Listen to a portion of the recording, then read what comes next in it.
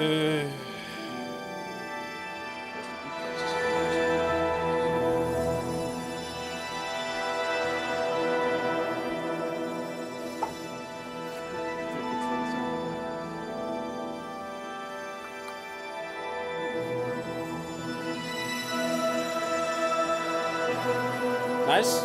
Ja, mega nice.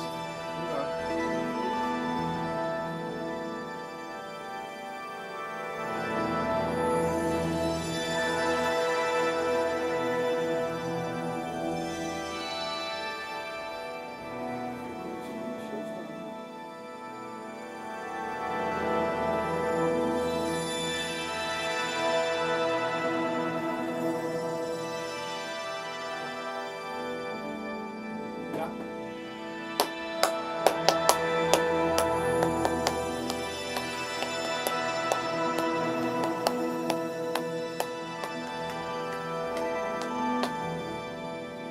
Ja.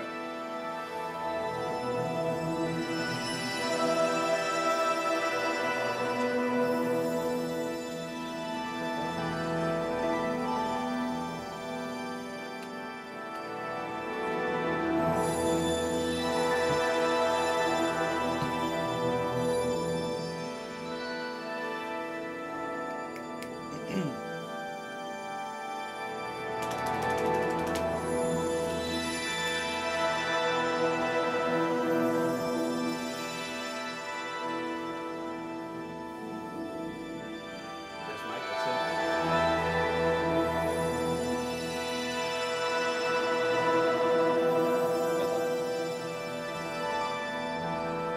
Det kunne jeg forstå.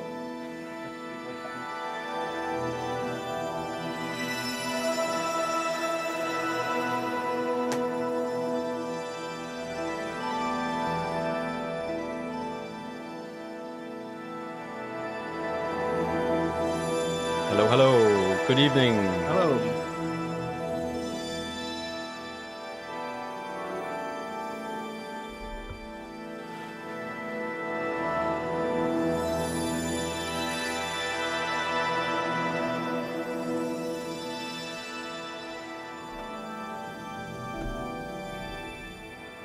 Hello, everyone.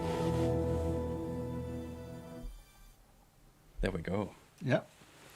Good evening. We are back Yeah. with another live stream here from Copenhagen. Yes. Yes. My name is Jakob, and I'm a product designer here at Torso. Yes, and I am Matthias, and I am the head of development here at Torso. Yes. And we were here maybe a month ago or something, Yes. where we did our first little test run of this whole setup. And there were some technical difficulties. Yeah. But I think we've managed to kind of do some adjustments. Yeah. So we're back. We should be going through live and clear. And yeah, we have a little program for you today with some Yes. different stuff. First, a few announcements. We have a discount on the T1 going now until the the 13th of October. So if you go on Discord, you can find a promo code and use that for 20% off a T1 on our website. So yeah, go on Discord and you'll find a code which you can use on the website. Yeah, so that was the first one. Yeah. Last time we mentioned Degree 3 Audio, which is a moderator on Discord. We've since gotten another one, Tim's. So we would like to say thanks to Thank those you. guys for the work there. And lastly, we have our colleagues going to Bristol for Machina Bristronica. Yeah. And I think they're going tomorrow. Yes. And I think the expo is from Saturday to Sunday. So if you're in Bristol, I was there last year, and it was a very nice event. So if you're in the area, please go and say hello to our colleagues. Yeah. Yeah, I think that was it. Great. So maybe we should put up our little slide here. Yeah. So we have a few things on the agenda. Yeah. Today, we're gonna give some updates on both. Maybe you should make it full screen. I'll make it full screen so everyone can Yeah. follow along. So we have some updates on both the S4 and the T1. Yes. So these are updates on the development, what we're working on, what we are looking into, and some of the feature requests and bug fixes and stuff like that. We'll go over there. Yeah. Some specifics. Then me and Matthias have prepared some tips, some fun ways to use both the S4 and the T1. So we're gonna do those. And then lastly, the community on Discord has posted a lot of great questions. So we've picked out, I think, maybe 10 of those, and we're gonna answer those like we did last time. Yeah. So yeah, maybe let's just get started. Yes. Because I think there's a lot of things we have to go through today. Yeah. So yeah. Dev updates. Dev update on the S4. Yes. So we have a few things here. The first point here is about tape, the tape device, and synchronization of the tape device. Yeah. Which we have been working on. Yes. So maybe you have some insight here, Matthias. Yeah. Unfortunately, I can't show you. It's not on this machine right here, but we have built a new synchronization algorithm for tape. And we try to come up with something that works with the kind of design philosophy of the tape device, of the new tape device, which is that it should be kind of simulating a tape machine. We thought that we had a brainstorm on how do you manage synchronization with the tape. And we've thought about different methods. Like one was like constantly adjusting the speed, going faster and slower but then that would sound very like kind of wobbly all the time. Wobbly and wonky. So we came up with another idea, which was re-triggering, which is kind of like, I don't know if you can actually do that with a tape, but it does make sense in the way that you kind of like so the way that it works is that it starts over on it's synced with the clock, and then it starts the tape over determined by length. So the existing length parameter is a bit weird. It's like trying to like sync things up according to like what a length, what a bar is with the given tempo, but the playback is actually not in sync, so you can quickly drift out of that. So the new length parameter determines the length of the the read, like, so how often it retrigs. So if you set it to 1 bar, it will retrig every bar, and then it will start over, and that enables for some pretty cool things where you can run things like where you can just have a free kind of speed, and then it will start over according to the timeline or the beat. Yeah, so you can kind of find some cool places inside of the tape loop that doesn't necessarily sync, but when you start to re-trigger it starts to make sense in a musical context. And for that to work, we're also adding the tempo parameter that we had on the 1.0 device, and that we now have on the disk device is coming to the tape device also. Yeah. And it works exactly the same. So you switch between free mode where you disable the retriggering, and then you can select sync mode where you enable the retriggering. Yes. So you still have the free mode where everything is just completely out of sync. Yeah. Yeah. So And yeah, that's coming to S4 2.0. 2.1. No, 2.1. Yeah. 2.1. 2.1. Yeah. Yeah. Yes. Yeah. Yeah. And yeah, so the next thing we have here on the list is about scene renaming, which is one of the things that a lot of people have commented on that would be nice to be able to do. Yeah. And we also completely agree with that. Yes. It starts to get very confusing and unruly when you have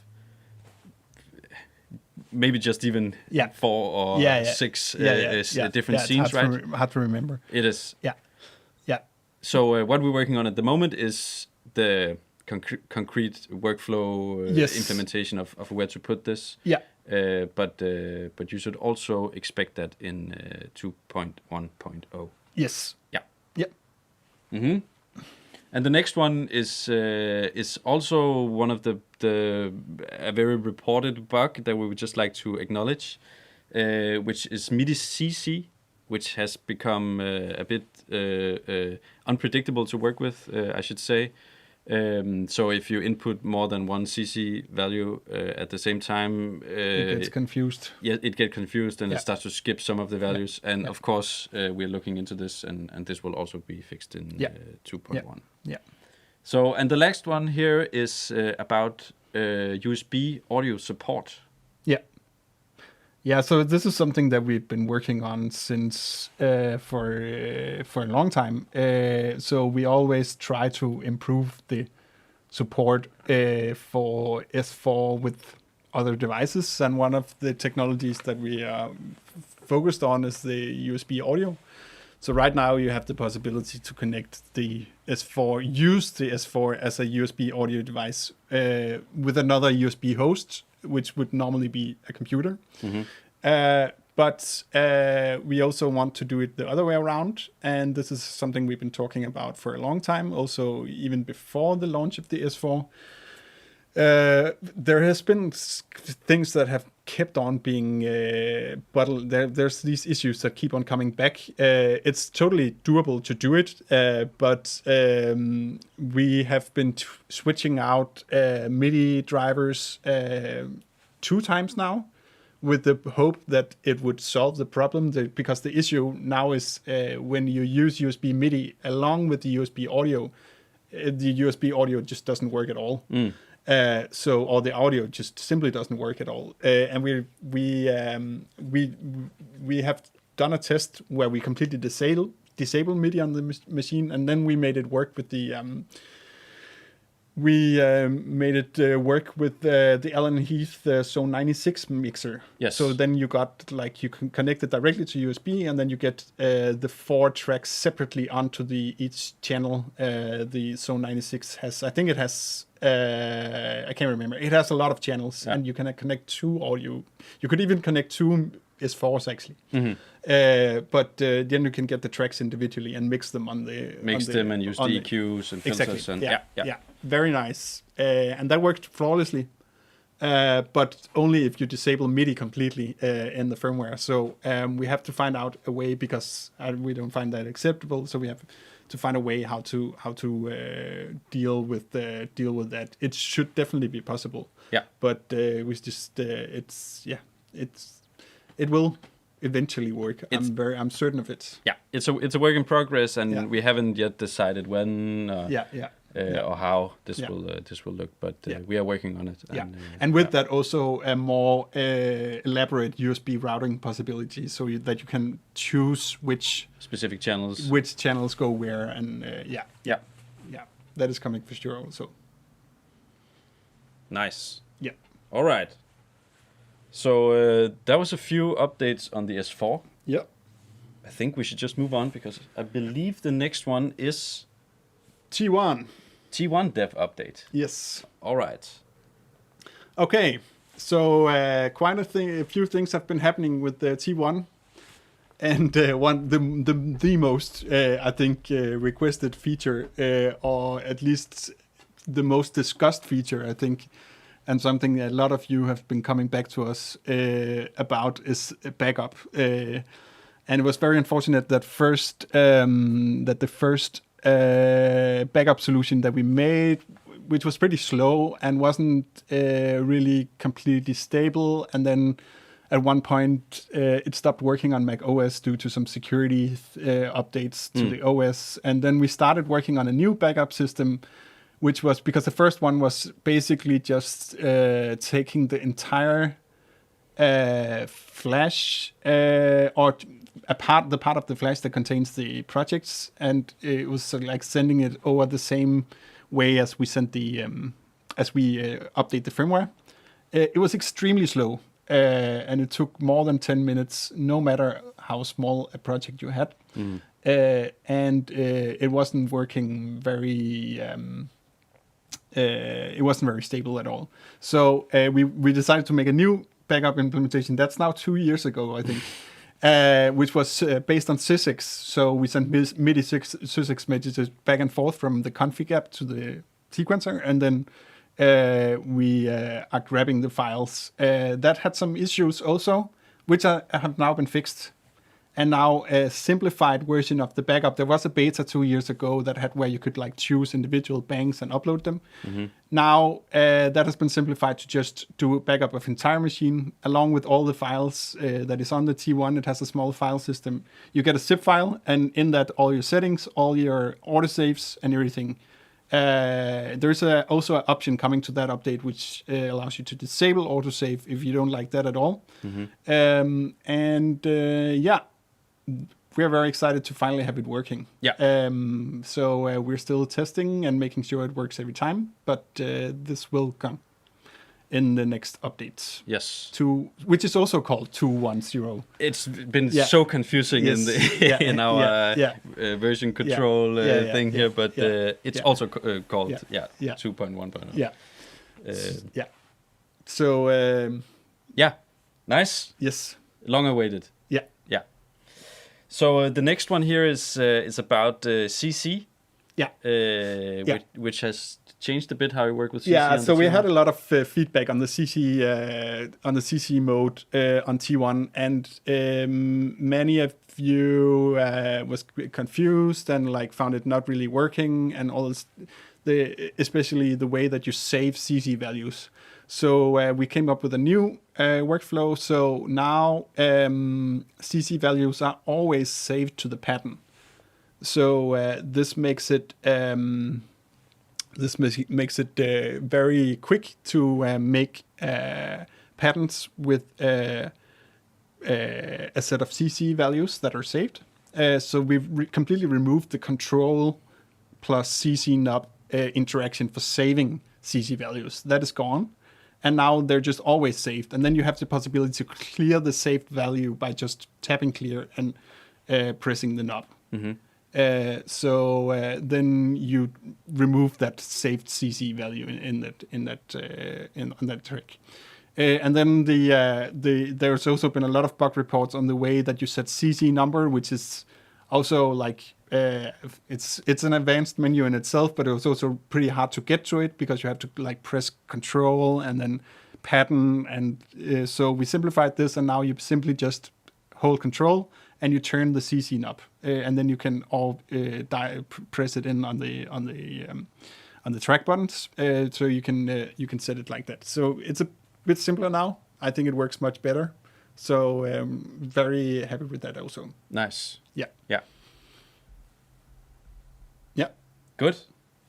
And the next two ones actually are also a bit more with some features and some enhancements to the workflow, if I'm not mistaken. Yeah.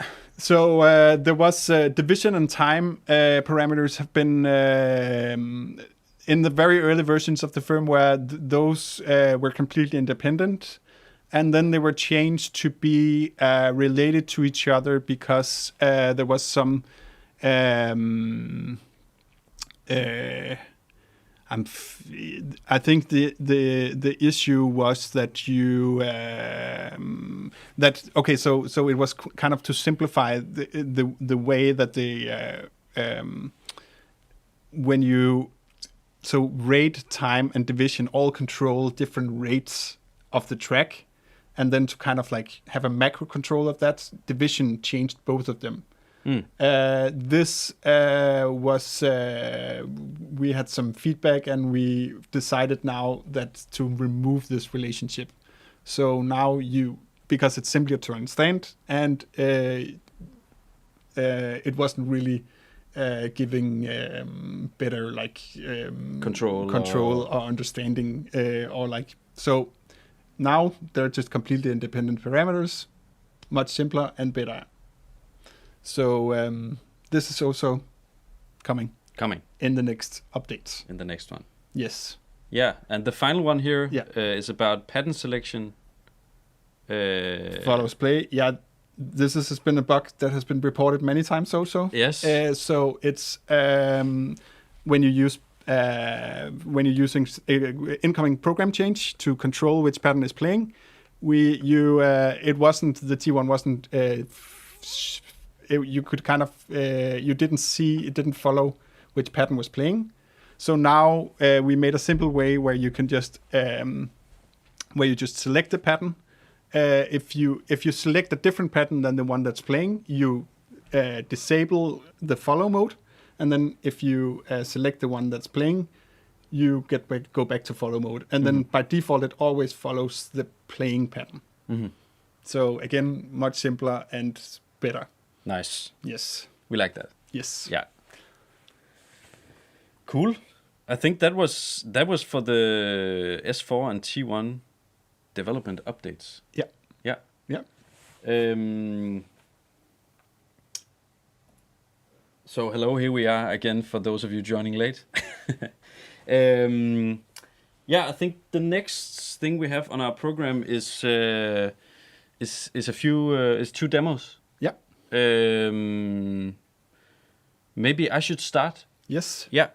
So I want to show a little bit about tape and how you can use tape and vari-speed recording in a fun way. So let me just go ahead and set that up. There we go. Okay. So I'll just move a bit closer here. I'll just start off by loading a new project. Just do it like this.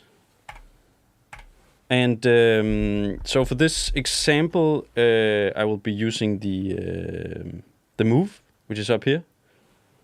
It should be in, yes. And so just completely blank project here. Oh, I think maybe this is connected. The T1 is the T1 sending sync. Don't connect. Maybe just stop it. I think now you can set the tempo. Yes. Yeah. Okay. Super. I just completely unplugged something. Okay. Yeah. There we go.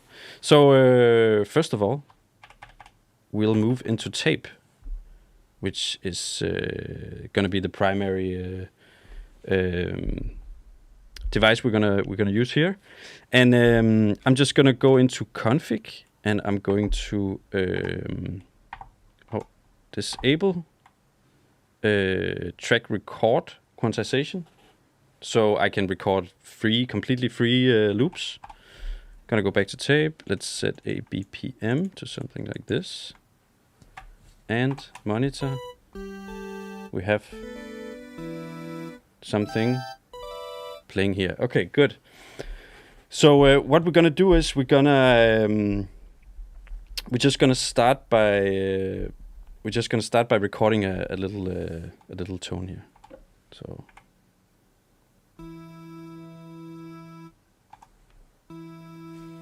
nice and simple. So here comes the trick. Here comes the fun stuff. So the whole idea behind this little tip here is to modulate speed while recording. So I'm gonna grab a modulator here, and I'm gonna start to modulate. And we're hearing that the read head is moving faster and slower through the buffer here. Maybe do it a bit slower. But what's fun is when we start to record into this, because of Varispeed recording, you're gonna have different pitches recorded into the tape buffer. So we can start to overdub a bit.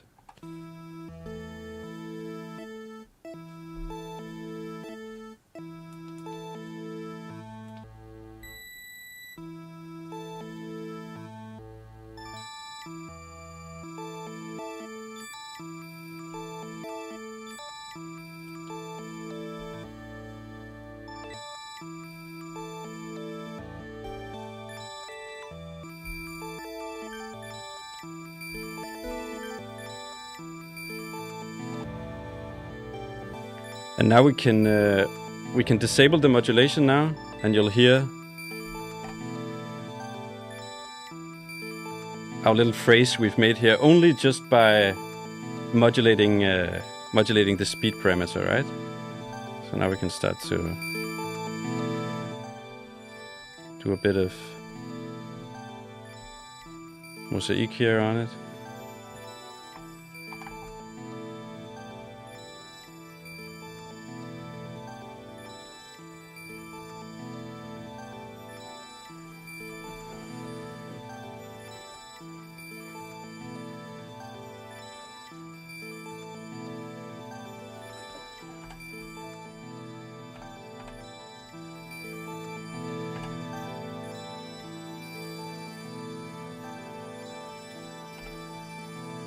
It's cool.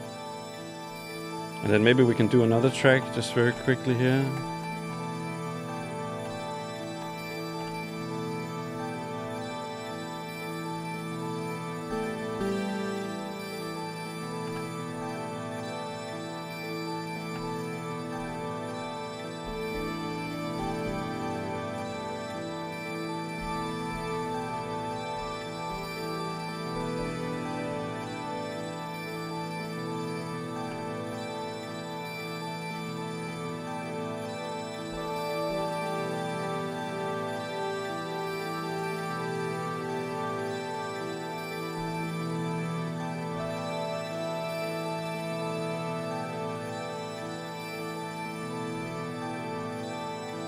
Maybe reverse this. Track 1 again and do some filtering here.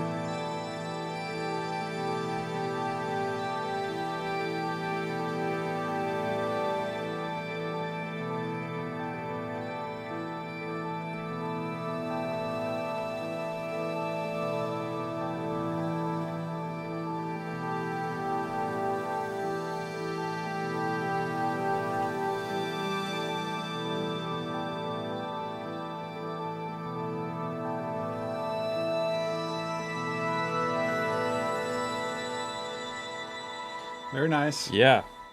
There was just a small little idea for those of you who has an S4 and would like to experiment a bit more with tape. I found this workflow to be quite fun and surprising. Also very exciting when you want to demo something, right? And you don't know exactly what's gonna happen. Yeah. Super cool. So that was the first little demo. We have another one. Yeah. Matthias. Yeah. Yeah. So should we do a bit of move around? Move it a bit. Yeah. So I'm just gonna move this one here. Maybe you can zoom out a bit. I'll zoom out a bit. We need more, maybe. Yeah. Just need to have like this. Oh, we can do like this maybe. Okay, yeah. I think that's good. Okay. So the trick I want to show is I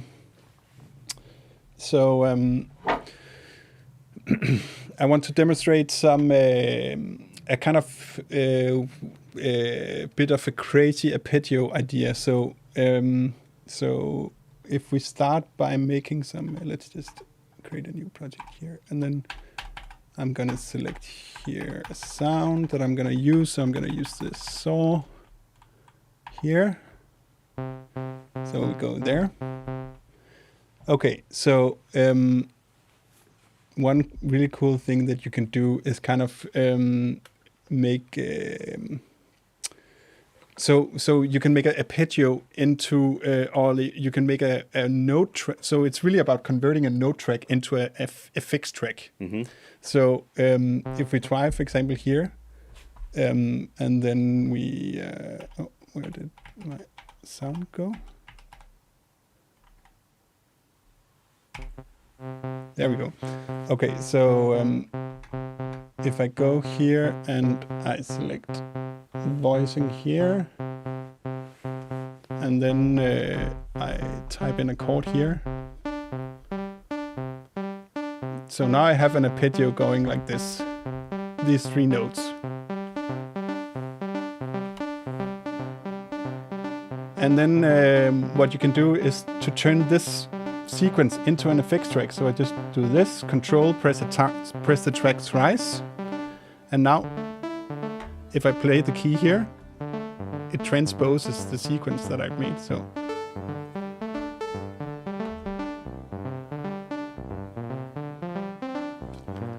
that's pretty cool already.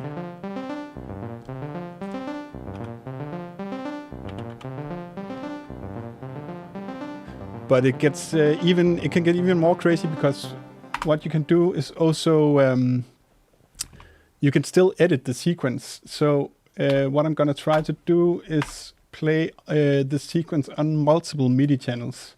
So for this, I take my track here with the saw, I copy it, and then I paste it onto all my tracks. So now all my 4 tracks here have the saw.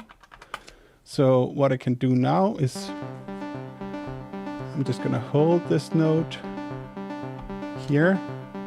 So what I can do now is to load another sound here. And I'm just gonna take this, maybe the FM cycle here. And then instead of changing the MIDI channel for all of the for the whole track, I can just edit this one. And then you can change the MIDI channel here. But you can also randomize this. So on just this step, I randomize the MIDI channel. And then I turn up the randomness here, so it's different every time. And then I do it maybe on 2 of these.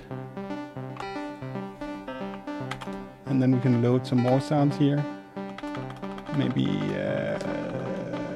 just the organ here.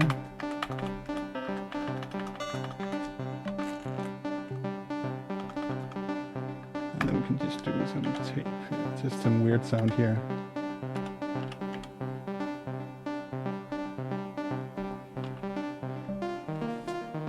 And then I can play the sequence live by just pressing the notes here.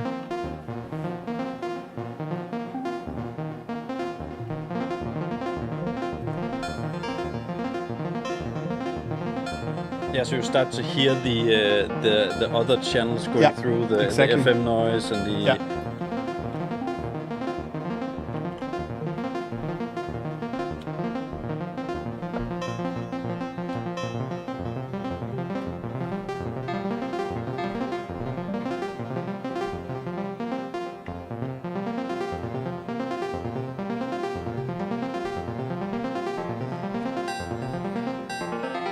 And we could change the place where it starts from, so it's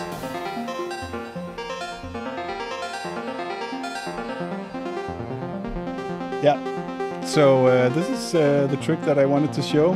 You can do much more. You can also go crazy with the step edits here, so randomize the voicing here on this one, or maybe even like make this one wait. So I changed the division on this step.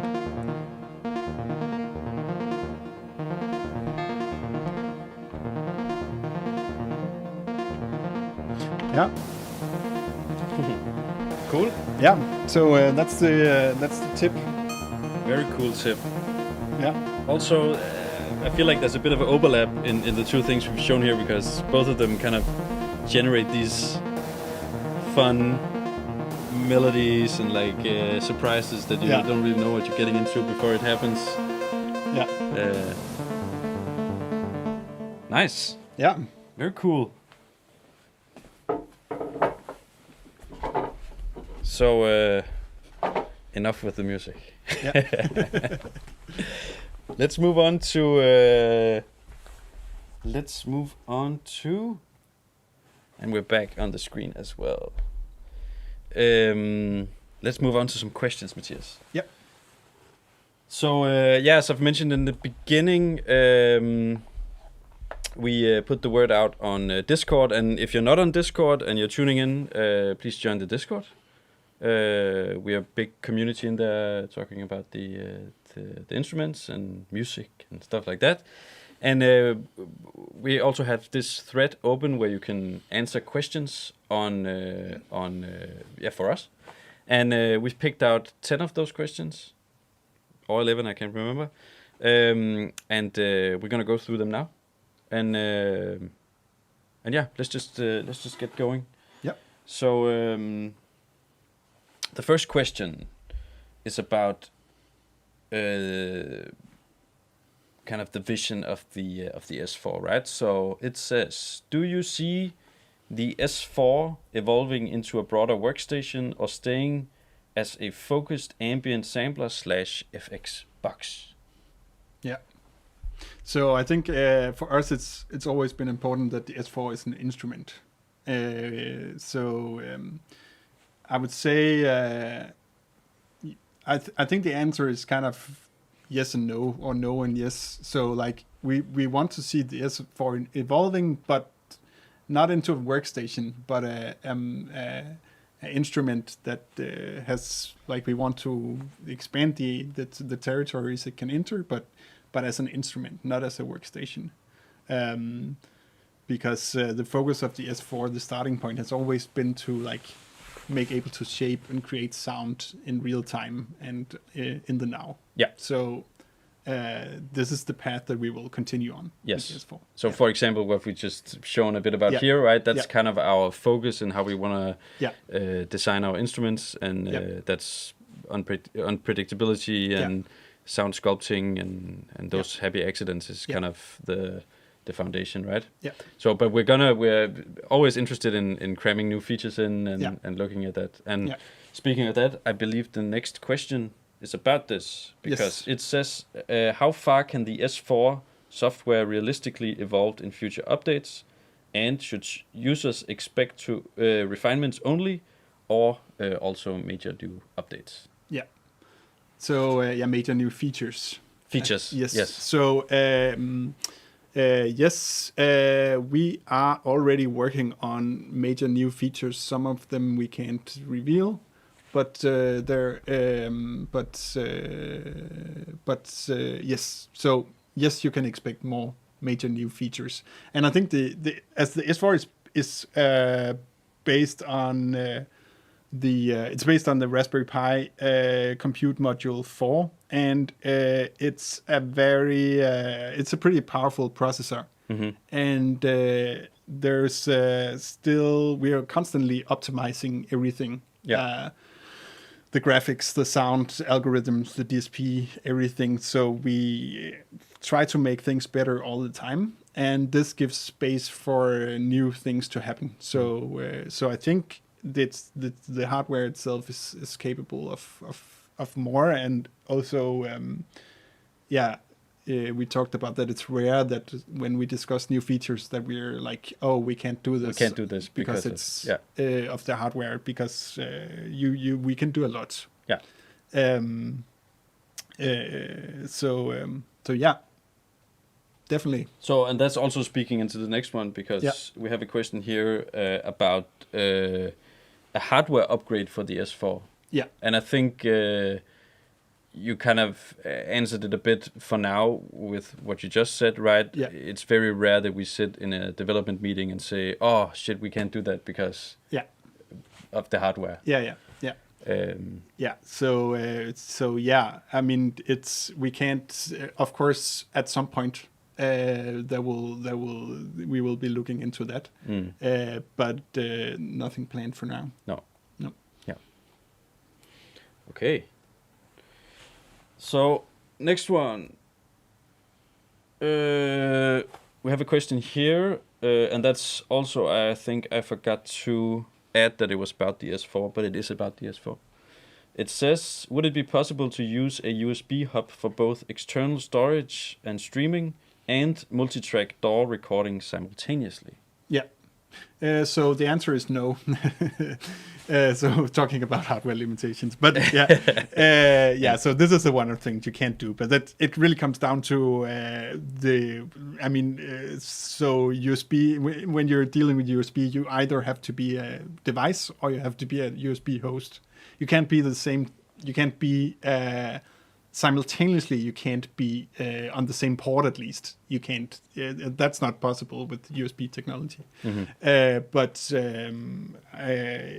would require 2 USB ports. So no, that's not possible. That's not possible. Yeah. No. But saying that it would be possible when we have USB audio, it would be possible to use an external audio interface. So not using the S4 as an audio interface, but using an external audio interface. And then that way you can get the 4 separate channels out, and that you could via analog, or even if you have like a Toslink optical wire, you could have that going into something where you could get it into your computer. Right. So it's not impossible to get multi-track sound out of S4, while also because you can use an external interface at the same time as using I think that would be possible. I don't know if I'm promising too much here, because but I think that would be possible. Yes. Okay. But for now, no. For now, no. Yeah. So let's move on. So this is a fun one, and we picked out this one because it's kind of an interesting idea. Yeah. The question is, are there plans for shared projects or deeper integration between the S4 and the T1? Yeah, it's something that we have talked about many times. We did talk about at one point, especially that the temp function could be synchronized across T1 and S4. That might be something that we're going to do. I think it would be nice to have your input on this as well, because you as in the community, because we are totally open for ideas for that. It's entirely possible to do different things. So we were very open to ideas for this one. I can't remember who asked this question, but if you have some concrete ideas for that, please let us know. I mean, it makes completely sense to kind of like merge the T1 and the S4, right? That there's a synergy there going on. So very interested in that. Yeah. Okay, moving on. So this is about the S4 and specifically the decay functionality of the filter bank in in our Ring device on the S4, right? Yeah. So for those of you who don't know, Ring is a 48 band filter bank, which you are able to kind of bump up the resonance of the bank to get some harmonies out of that. And right now there's different modes, there's different scales. The default one is chromatic, so that kind of spreads out evenly, right? Yeah. But then there's quantized steps for scales, musical scales. Yeah. Are there any plans? Yes, yes, there are. Yeah. We have also we have a prototype of different other more percussive harmonics shapes and resonances. So for sure. We have mainly put our focus on a lot of like the scene and tape and disc have taken a lot of our efforts. But yeah, for sure, a ring update is something that we're gonna look at. Would be very nice. Yeah. Yeah, and like the more stuff that's not like harmonically makes sense, right? Yeah. To get some more like impact or like interesting stuff like that. Yeah. And especially with the new, we have the new send functionality for all of the wet parameters. Yeah. Coming to the next update. So instead of just a dry wet knob, you can send your signal into the effect. Yeah. So I imagine this paired with some of these non-harmonic scales could be cool to get some nice impacts for loops and stuff like that. Definitely. Yeah. So definitely looking into that. And, yeah. So next one. Will EQ controls be added per track and on the master for the S4? Yes, we have talked about that also. We have some ideas for that. So yeah, maybe. Yeah, we can say we're prototyping different versions of that. Yeah. Because it's other than being requested a bunch of times, it's also something we have noticed. Yeah. So when you start to work with sounds that has a lot of different frequencies and starts to merge and overlap, it can get a bit messy. And so it's something that we're interested in finding a solution to in the S4. Yeah. So yeah, I don't think there's much else we can say at the moment other than we see it. Yeah. Yeah. Yeah. Yeah. Okay, another fun one. Will modulation be able to output as MIDI CCs on the S4 for controlling external gear? Yeah, that would be fun. So yeah, why not? I think for sure that could work. Yeah. You would probably need to have some kind of tame it a bit because it's pretty quick for MIDI, the modulation. But for sure we could figure something out. Yeah, possibly you could send. Yeah, there could be something that you could configure or set like different CC message for each of the modulator and then send it out on the track of the on the channel of the track. Exactly. Something like that. Yeah, that could work. Yeah. Yeah, for sure. Yeah. It would open up a lot of exciting possibilities for sure. Yeah. Yeah, also for converting it to CV with MIDI to CV converter. Of course. Yeah. Nice.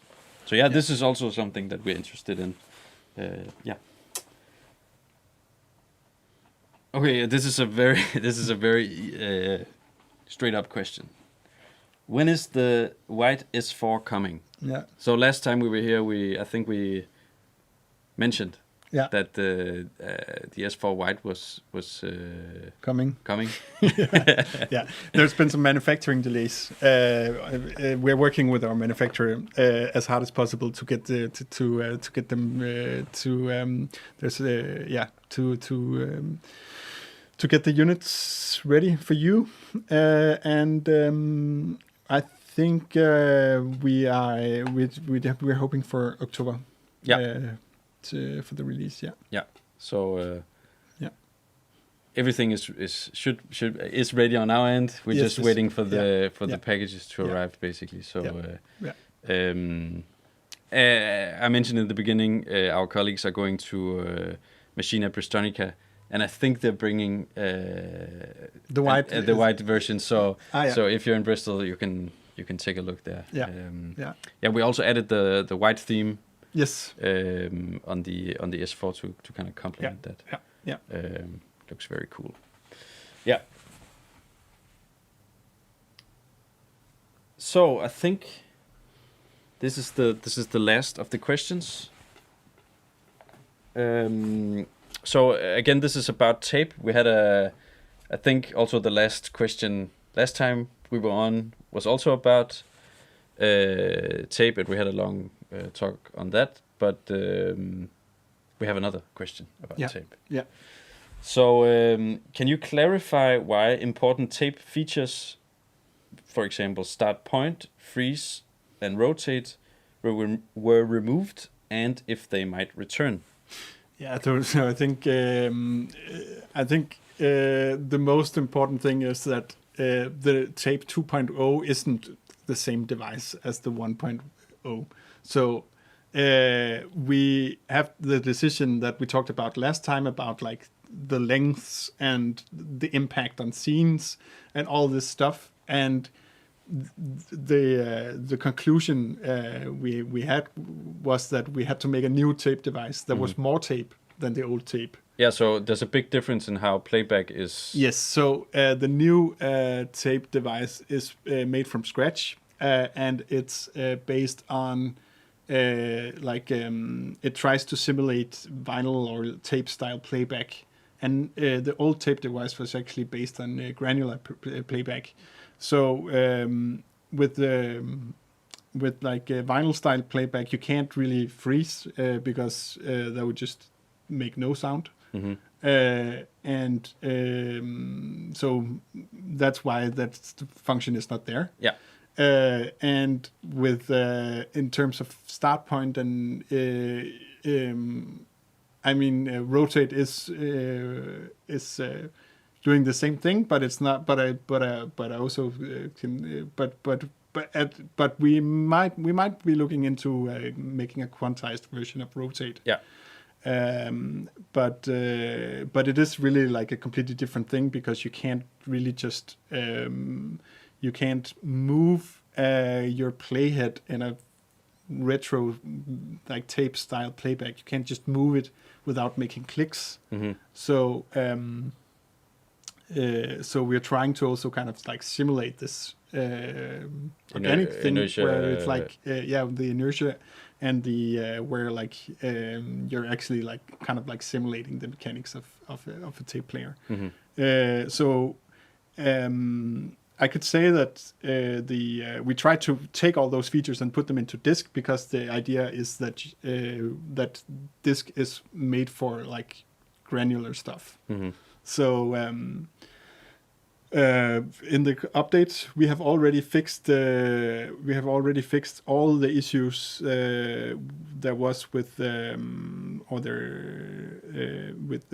pops and clicks and like all the playback issues that people experienced in disk device. In disk, yeah. Yeah, those have already been fixed, and and a crossfade. And a crossfade has been added to, and also now the crossfade was there, but there's a new crossfade which is much better. Yeah. And there's also a crossfade in tape. Yes. And also a new crossfade. There's new crossfades in both poly tape and disc, actually. Yes. Completely remade, and it's super cool now. It sounds really good. So we really just encourage people to use for like those features and for like moving things in a granular way, shifting sound and all that stuff. Using density and the stretch. Yeah. We really encourage people to use disk and the tape device is like on its own path. Yes. For like more like analog feel. Yeah. So for example, what we showed earlier, Exactly. right? The whole overdubbing thing and doing that sort of stuff is for tape. Yeah. Yeah. Yeah. So I hope that clarifies a bit. Yes. Yeah. Cool. Yeah, someone says here, I definitely still get clicks and pops. Yes, it's on the next update. That's on coming. The next update. Yes. So 2.1.0 for the S4. Yes. Yeah. Cool. I mean, I think the last slide here is it just says thanks for watching. Yeah. And that means that we kind of ended the agenda for today. Yeah. Actually. Yeah. So I don't think, is there anything else we can... maybe we should just mention that, as we did last time as well, we could see from the numbers a lot of people fell off because they couldn't get in last time. So maybe it's good to say again that these live streams we're doing, it's kind of a new thing for us. So yeah, this is the second one, and we're gonna do these more regularly, where we'll come with these updates and comments on what we are looking into and what we're developing and new announcements and stuff like that.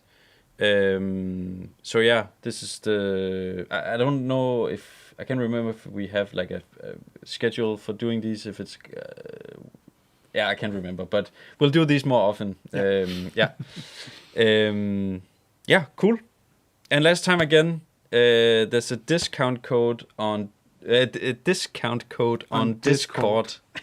for the T1, where you can get 20% off a T1. So if you go on Discord, there's a promo code there, and you can go and use that. Get one for your friend if you already have one, maybe. Yeah. Cool. Thank you, Mathias. Yeah. Thank you, Jacob. I think it's a nice little tradition to maybe play us out with a little tune. Yeah. So maybe should we do that again? Yeah, let's do that again. Yeah. Nice. Okay. Thank you, everyone. See you soon. Thank you. Over and out.